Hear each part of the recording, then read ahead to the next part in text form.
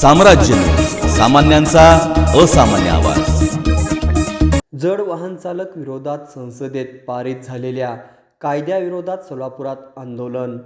रस्ते अपघातानंतर लोकांच्या रोषाला घाबरून पळून जाणाऱ्या जड वाहन चालकाविरुद्ध संसदेत पारित झालेल्या कठोर विधेयकाच्या निषेधार्थ सोलापुरात मोटर चालकासह वाहतूकदारांनी रास्ता रोको आंदोलन केले। या आंदोलनात शेकडो वाहन चालक आणि वाहतूकदार सहभागी झाले होते। शहरात हैदराबाद महामार्गावर झालेल्या या आंदोलनात दोन्ही बाजूकडील वाहतुकीची कोंडी झाली होती, तर काही आंदोलकांनी वाहनासह आंदोलनात सहभाग घेतला होता। महाराष्ट्र राज्य वाहतूक संघटना संयुक्त महासंघाच्या झेंड्याखाली झालेल्या या आंदोलनाचे नेतृत्व संघटनेचे अध्यक्ष रियाज सय्यद यांनी केले। देशात रस्ते अपघाताचे वाढते प्रमाण लक्षात घेता संसदेत मोदी सरकारने नवीन विधेयक मंजूर करून घेतले आहे। रस्त्यावर अपघात घडल्यानंतर जड वाहनाचे चालक जखमीची मदत करण्यासाठी न थांबता पळून जातात।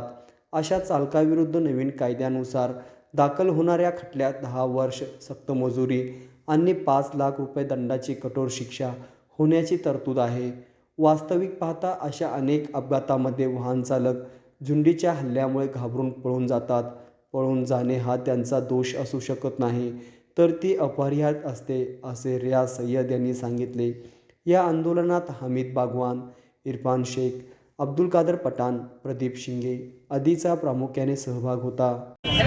वाहतूक संघटना संयुक्त महासंघ महाराष्ट्र राज्य आज जे कायदा अमित शहानी पास केलेला आहे हिट रनचा, त्या कायद्याविरोधात महासंघाने आणि विविध संघटनांनी रस्त्यावर उतरून एक आंदोलन छेडलेलं आहे। आणि आमची सर्व चालकांना विनंती आहे की पूर्ण भारतभरात आपण असंच बंद पुकारून 3 या 4 तारखेला आपण पूर्ण भारत बंद करून सरकारला दाखवून देऊ की चालकांची किती ताकद आहे आणि महासंघ किती पॉवरफुल आहे। यासाठी आम्ही एक आंदोलन छेडलेलं आहे आणि आज या आंदोलनाचा एक भाग म्हणून हैदराबाद रोड सोलापूर इथे आम्ही चालकांना रोखून त्यांना निदर्शन करून आणि त्यांचे सरकारविरोधात निदर्शन करून सरकारला दाखवलेलं आहे की आपण जे अल्टिमेटम महासंघाने दिलेलं आहे त्या अल्टिमेटममध्ये हे जे कायदा अन्याय कायदा आहे, चालकांविरोधात जे कायदा आहे ते कायदा रद्द करावे, अन्यथा पूर्ण भारत अशा प्रकारे बंद करण्यात महासंघ पूर्ण ताकद लावणार आहे। जय हिंद, जय महाराष्ट्र, जय महासंघ।